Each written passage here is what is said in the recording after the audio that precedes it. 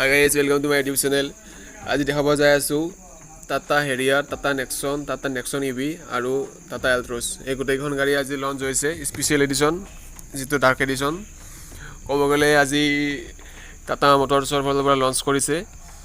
চ' এই গাড়ীকেইখনৰ major update বিশেষ একো হোৱা নাই। হোৱাৰ ভিতৰত ডাৰ্ক এডিশ্যনটো স্পেচিয়েল এডিশ্যন হিচাপত ওলাই আহিছে আৰু হেৰিয়াৰৰ টায়াৰ চেঞ্জ হৈছে। R18 means 18 inch হুইল বেছ আহিছে আৰু আপোনাৰ ইয়াৰ মাজত আহিছে আপোনাৰ যিটো হেৰিয়াৰৰ ছাইডত থকা ক্ৰম ফিনিছ, সেইটো এতিয়া ক্ৰমৰ পৰা ডাৰ্ক এডিশ্যনত আহিছে।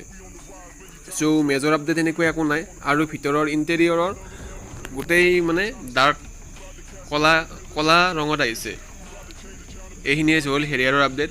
আৰু নেক্সন EV আৰু নেক্সনটো জেনুইন নেক্সনখন যেনেকুৱা সেনেকুৱাই আছে, বেলেগ চেঞ্জ একো হোৱা নাই। Tyre size R16 inch wheel বেছ আছে। আৰু নেক্সন EV বৰ্তমান অসমত অহা নাই। নেক্সন EV আহিব, যিহেতু অসমত এতিয়া চাৰ্জিং ষ্টেচন নাই আৰু চাৰ্জিং পইণ্ট নাই। চ' নেক্সন EV আহিব দেৰি আছে। নেক্সন EV লাগভাগ 2022 মানত আহি যাব পাৰে অসমত। এতিয়া নেক্সন EV চলি আছে বেছিভাগ দিল্লী, মুম্বাইত এইবোৰত চলি আছে। নেক্সন EV বহুত ভাল হয়, চাৰ্জিং কোৱালিটি বহুত ভাল। একবাৰ চাৰ্জিঙত 213 কিলোমিটাৰ কোম্পানী ক্লেইম কৰা মাইলেজ আছে, কিন্তু ৰিয়েল লাইফত ক'ব গ'লে 180 কিলোমিটাৰমান একবাৰ চাৰ্জিঙত গুচি যায়। চ' এইটো বহুত ভাল।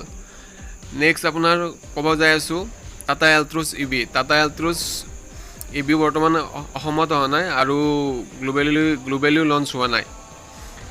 আৰু নেক্সট আপোনাক ক'ব যাই আছোঁ টাটা টিগৰ আৰু টিয়াগো দুয়োখন লঞ্চ হোৱা নাই। চ' এইখিনি আপডেট আছিল আজিৰ।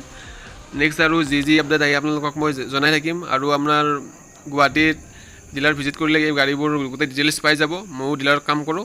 চ' ধন্যবাদ। জয় অসম।